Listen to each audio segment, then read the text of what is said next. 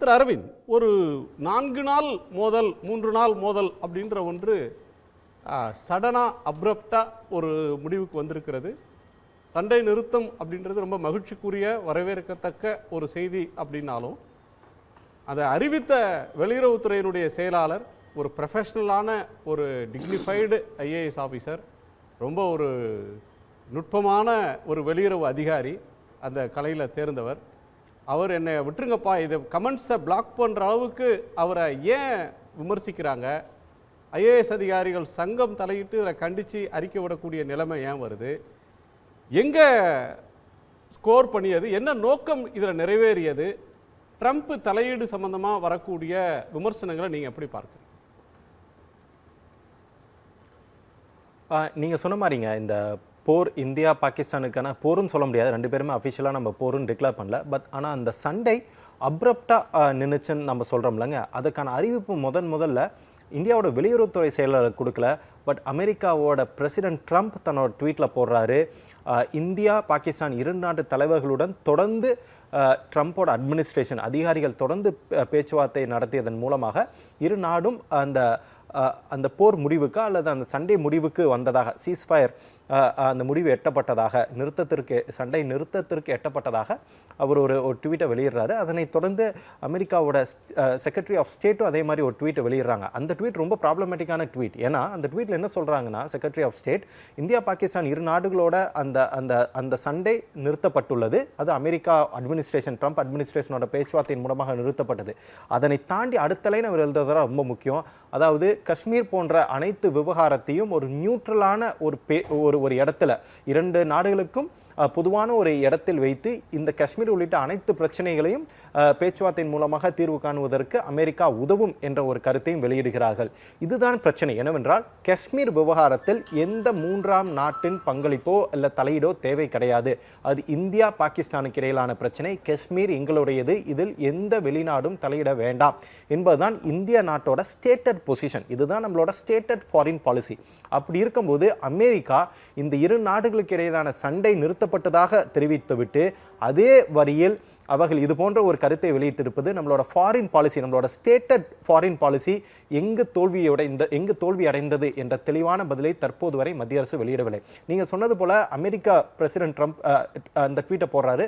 அதனைத் தொடர்ந்து அமெரிக்காவோட செக்ரட்டரி ஆஃப் ஸ்டேட் அதை வெளியிடுறாங்க. அதனைத் தொடர்ந்து பாகிஸ்தான் பிரதமரும் அந்த ட்வீட்டை வெளியிடுறாரு. அதாவது இரு நாடுகள் பேச்சுவார்த்தையை தொடர்ந்து அமெரிக்காவின் தலையீடு தொடர்ந்து இந்த சண்டை தற்போது நிறுத்தப்பட்டிருப்பதாக பாகிஸ்தான் பிரதமர் ஒரு ஸ்டேட்மெண்ட் வெளியிடுறாரு. அதனைத் தொடர்ந்து தான் மத்திய வெளியுறவுத்துறை செயலாளர் இதே மாதிரி ஒரு ஸ்டேட்மெண்ட்டை வெளியிடுறாங்க. அவர் என்ன சொல்றாருன்னா, Pakistan DGMO director general of military operations 3:30க்கு இந்தியா ஆர்மியோட டைரக்டர் ஜெனரல் ஆஃப் மிலிட்ரி ஆப்ரேஷன்கிட்ட பேசுகிறாரு.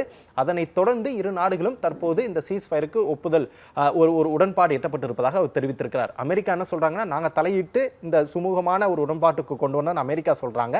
பாகிஸ்தான் அதைவே சொல்லுது. பட் ஆனால் இந்தியா ஃபாரின் செக்ரட்டரி என்ன சொல்கிறாங்கன்னா, இல்லை, இது டிஜிஎம்ஓ லெவலில் நடந்த இரு நாட்டு டிஜிஎம்ஓ லெவலில் நடந்த பேச்சுவார்த்தையின் மூலமாக சுமூக உடன்பாடு எட்டப்பட்டிருப்பதாக அவர் தெரிவித்திருக்கிறார். நமக்கு என்னன்னா, தற்போது சண்டை நிறுத்தப்பட்டிருப்பது, இதனை அனைவரும் நாம் வரவேற்கிறோம். போர் என்பது இரு நாடுகளுக்கும் மிக பெரும் பாதிப்பை ஏற்படுத்தும். எனவே சண்டை நிறுத்தப்பட்டு இருப்பதை நாம் வரவேற்கிறோம். ஆனால் அமெரிக்கா இந்தியாவையும் பாகிஸ்தானையும் அந்த ஸ்டேட்மெண்ட்ல ஒரே லெவலில் அமெரிக்கன் பிரசிடென்ட் டொனால்ட் ட்ரம்ப் தன்னோட ட்வீட்ல வெளியிடுறார். என்ன சொல்றாருன்னா, விஸ்டம், இரு நாட்டு இந்தியாவோட பிரதமருக்கும் பாகிஸ்தான் பிரதமரோட விஸ்டம்னால இந்த சுமூகமான உடன்பாடு எட்டப்பட்டிருப்பதாக தெரிவிக்கிறார். அமெரிக்காவை பொறுத்தவரை இந்தியாவும் பாகிஸ்தானும் சரிசமமாக அமெரிக்கா நடத்துகிறது என்றால், நம்மளோட ஃபாரின் பாலிசி, நம்மளோட வெளியுறவுத்துறை கொள்கை எந்த அளவுக்கு தோல்வி அடைந்திருப்பது என்பதை பார்க்க வேண்டும். ஏனென்றால் தொடர்ந்து அப்கிபார் ட்ரம்ப் சர்க்கார்னு மோடி இங்கிருந்து ட்ரம்ப்போட எலெக்ஷனுக்காக அங்கே போய் சொல்லிட்டு வராரு. எப்பப்பெல்லாம் ட்ரம்ப் வராங்களோ மோடி என்னோட அருமையான நண்பர், மிக நெருங்கிய நண்பருங்கிறாரு மோடி. அப்படி இருக்கும்போது டொனால்ட் ட்ரம்ப் எப்படி இந்தியாவையும் பாகிஸ்தானையும் சரிசமமாக நடத்த முடியும்? அப்படி என்றால் நம்ம ஃபாரின் பாலிசி நம்ம இங்கே தோத்துருக்கோம் தான் அர்த்தம். அது ஒன்று. இரண்டாவதாக சொன்ன மாதிரி ஒரு அமைதியை விரும்புகிற நாடு இந்தியா. இன்னொன்று, இந்தியா சொல்றது, பாகிஸ்தானை பார்த்து இந்திய அரசு சொல்வது ஒரு டெரரை ஸ்பான்சர் பண்ற ஒரு தீவிரவாத செயல்களை ஊக்குவிக்கக்கூடிய ஒரு நாடாக இருக்கிறதுன்றது இந்தியாவினுடைய குற்றச்சாட்டு.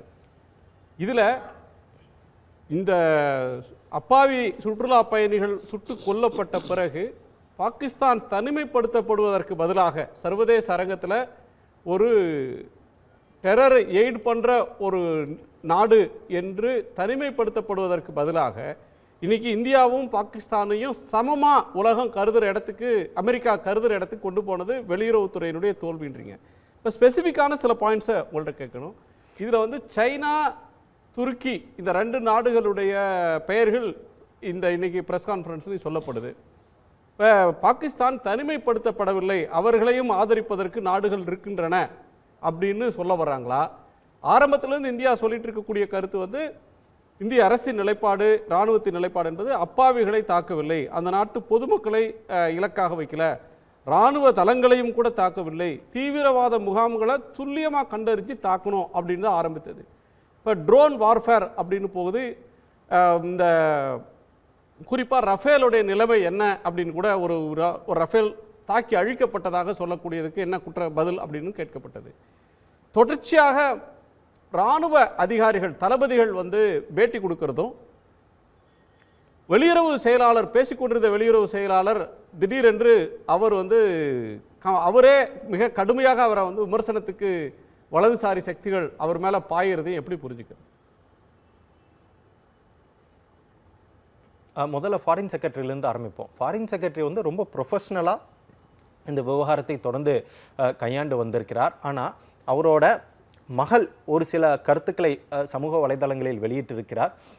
அதற்கு அவரோட மகளோட கருத்துக்களை தொடர்ந்து ரைட் விங் வலதுசாரி சமூக வலைதளங்களில் செயல்படும் வலதுசாரி அமைப்பினர் அவரோட மகளை கடுமையாக தாக்கி பேசி வந்தார்கள். அதனைத் தொடர்ந்து விக்ரம் மிஸ்ரியோட அவரோட பழைய ட்வீட்டெல்லாம் கூட எடுத்து அவரோட பேட்ரியாசிட், அவரோட அந்த அந்த அவரோட கிரெடிபிலிட்டிலேருந்து, அவரோட இன்டெகிரிட்டிலேருந்து, அவரோட பேட்ரியாட்டிக் அந்த எண்ணத்தை வரைக்கும் ரைட் விங் சோஷியல் மீடியா இன்ஃப்ளூயன்சர்ஸ்னே சொல்லலாம், இல்லை ரைட் விங் பிஜேபியோட ஐடி செல்னு ஓப்பனாக சொல்லலாம், இல்லை எந்த இதுவும் கிடையாது.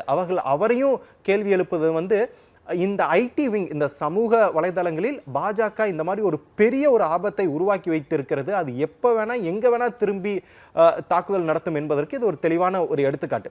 நீங்கள் சொன்ன இதுக்கு முன்னாடி இன்னொரு அதே தொடர்ச்சியான ஒரு கேள்வியிலையும் கேட்டீங்க. தொடர்ந்து நம்மளுடைய முப்படை தளபதிகள் தான் நம்ம வந்து பத்திரிகையாளர்களை சந்தித்து வந்திருந்தார்கள், அவர்களும் ஒரு சில தகவலை கொடுத்து வந்திருந்தார்கள். ஆனால் முதல் நாள் நீங்கள் சொன்னது போல முதல் நாள் இந்த தாக்குதலை நாம் ஆரம்பிக்கும் போது நம்ம என்ன சொன்னோம்னா 9 இடங்களில் பாகிஸ்தானில் உள்ள தீவிரவாத முகாம்கள் 9 இடங்களில் நாம் தாக்குதல் நடத்தினோம். அதனை தாண்டி பாகிஸ்தானோட இராணுவ தளவாடங்கள் மீது நாம் தாக்குதல் நடத்தவில்லை, அது நம்முடைய எண்ணம் கிடையாது என்பதை மிகவும் தெளிவாக தெரிவித்திருந்தோம். ஆனால் 2வது நாள் நாம் இதே முப்படை தளபதிகள் பத்திரிகையாளர்களை சந்திக்கும் போது அவர்கள் என்ன சொன்னாங்கன்னா, பாகிஸ்தானோட இராணுவம் இந்தியாவோட முக்கிய நகரங்கள் மீது தாக்குதல் நடத்த தயாராக இருந்தார்கள், எனவே அதனை முறியடிப்பதற்காக to negate the bid to escalate, அதாவது பாகிஸ்தான் இந்த விவகாரத்தை அடுத்த கட்டத்துக்கு எடுத்து செல்ல முயற்சித்திருந்தது, இந்தியா நகரங்களை தாக்க முயற்சித்திருந்தது, அதனை முறியடிப்பதற்காக நாங்கள் பாகிஸ்தான் ராணுவ தளவாடங்கள் மீது தாக்கல் நடத்த நேரிட்டது. அதான் நம்மளோட second day position. Third day நம்ம கொடுத்த ஸ்டேட்மெண்ட் என்னன்னா, பாகிஸ்தானோட ஏர்பேஸ், ஒரு சில முக்கியமான நகரங்களில் உள்ள ஏர்பேஸை நம்ம வந்து தாக்கல் நடத்தினோம், முழுமையாக ட்ரோனை வச்சு தான் தாக்கல் நடத்தினோம். இந்த டைம் இந்தியாவுக்கும் பாகிஸ்தானுக்கு நடந்த அந்த சண்டை 2 தரப்புமே ட்ரோன்ஸை மட்டுமே தான் வைத்து சண்டையிட்டார்களே தவிர, ட்ரோன்ஸ் அப்புறம் கவுண்டர் மிசைல்ஸ் இந்த 2 மட்டுமே தான் நடந்ததே தவிர நேவியோ ஆர்மியோ இந்த சண்டையில் பெரிதாக ஈடுபடவில்லை. சீஸ்ஃபயர் வயலேஷன் நடந்துச்சு பார்டரில், ஆனால் ஏர்ஃபோர்ஸ் மட்டும்தான், 2 நாட்டோட ஏர்ஃபோர்ஸ் தான் நடந்துச்சு. இதில் நேற்றைய தினம் ஏர்ஃபோர்ஸோட விமானப்படையின் மூத்த தளபதி அவர் பேசும்போது என்ன சொன்னான்னா, சண்டையில் ஒரு சில இழப்புகள் நமக்கும் ஏற்பட்டது, ஒரு சில இழப்புகள் பாகிஸ்தானிலும் ஏற்பட்டது, பாகிஸ்தானிலும் ஒரு சில இழப்புகளை நாங்கள் ஏற்படுத்தி இருக்கிறோம், ஆனால் எத்தனை பேர் கொல்லப்பட்டிருக்கிறார்கள், எந்தெந்த பேஸ் நாங்கள் தகர்த்தோம் என்பதனை தற்போது எங்களால் வெளியிட முடியாது. ஆனால் அதே லைனில் என்ன சொல்கிறாங்கன்னா, நமக்கும் ஒரு சில இழப்புகள் ஏற்பட்டது, ஆனால் இது போன்ற ஒரு சண்டையில் இழப்புகளை நாங்கள் கணக்கில் கொள்ள முடியாது, ஆனால் நாங்கள் என்ன எதிர்பார்த்தோம் அதனை சாதித்தோமா என்பதுதான் கேள்வி. have we achieved our target என்பதுதான் கேள்வி. அதனை நாங்கள் என்ன செய்யணும்னு எதிர்பார்த்தோமோ அதை செய்துவிட்டோம் என்பதுதான் விமான படை தளபதியின் பதிலாக இருந்தது. இது மிலிட்ரி வைஸா இவ்வளவுதாங்க சொல்ல முடியும். இதற்கு தான் எதிர்க்கட்சிகள் என்ன சொல்றாங்கன்னா, இதெல்லாம் வந்து மிலிட்ரியோட ஸ்டேட்மெண்ட், அதை விட்டுட்டு பொலிட்டிக்கலா பார்லிமெண்ட்டோட ஸ்பெஷல் பார்லிமெண்ட் செஷனை கன்வீன் பண்ணுங்க. இதுல பிரதமர் பதில் கொடுத்தாகணும். ஏன்னா கடந்த 18 நாட்களாக என்ன நடந்துச்சுங்கிற ஒரு பதிலே இல்லாமல் இருக்குங்க. ஏங்க இந்த பெஹல்காம் தாக்குதலை தொடர்ந்து அந்த தீவிரவாதிகள், அதற்கு பின்னால் இருக்கக்கூடிய தீவிரவாதிகளாக கூறப்படும் தீவிரவாதிகள் எங்க இருக்கிறார்கள்? அவர்கள் தற்போது என்ன பாகிஸ்தானோட நம்ம சீஸ்ஃபயர் இந்த அக்ரிமெண்ட்டுக்கு நம்ம சைன் பண்ணோம். இந்தியா என்ன சொல்லுதுன்னா நாமளும் பாகிஸ்தான் டிஜிஎம்மும் சேர்ந்து இதுக்கு பேச்சுவார்த்தைக்கு முடிவெடுத்து இந்த சீஸ்ஃபயருக்கு ஒப்புதல் வழங்கியிருக்கோம்னு சொல்றாங்க. அப்படி இருக்கும்போது பாகிஸ்தான் தான் நம்ம இந்த நிர்பந்தம் கொடுத்தோமா? இந்த பெஹல்காம் தீவிரவாத தாக்குதலில் ஈடுபட்ட 4 தீவிரவாதிகள் உங்கள் வசம் இருக்கும்போது நீங்கள் அவர்கள் எங்களிடம் அவர்களை ஒப்படைக்க வேண்டும். ஒப்படைத்தால்தான் இந்த போர் நிறுத்தத்துக்கோ இந்த சண்டை நிறுத்தத்திற்கோ நாங்கள் தயார் என்ற நிலைப்பாட்டை நாம் பாகிஸ்தானிடம் தெரிவித்தோமா? அமெரிக்கா பிரசிடென்ட் ஒரு ஸ்டேட்மெண்ட் கொடுக்கிறார். அதில் நமக்கு உடன்பாடு இருக்கிறதா? காஷ்மீர் விவகாரத்தை நியூட்ரல் சைட்ல நம்ம பேச தயாராக ஒப்புக்கொண்டோமா? அப்படி என்றால் அது நம்மளோட இத்தனை நாள் நம்மளோட ஸ்டேட்டட் பாலிசிக்கு எதிரானது. எனவே இதுக்கான எந்த பதிலுமே தற்போது வரை கொடுக்காமல் தொடர்ந்து பிரதமர் மௌனம் சாதித்து வருவதும், தற்போது இன்றைய தினம் 8 மணிக்கு அவர்கள் மக்கள்கிட்ட உரையாட இருக்கிறார், மக்களுக்கு ஒரு ஸ்டேட்மெண்ட் கொடுக்க போறார். ஸ்டேட்மெண்ட்னா கேள்விக்கெல்லாம் எந்த கேள்வியும் பதில் இருக்கார். அவர் ஒரு ரெக்கார்டட் ஸ்டேட்மெண்டா இருக்கும், அதனை மக்களுக்கு ஒளிபரப்ப போகிறார்கள். ஆனால் இதற்கான கேள்விகளுக்கு யார் பதில் சொல்வா? முதல் 2 நாள் பிரஸ் கான்ஃபரன்ஸ்ல எந்த கேள்வி எடுக்கல.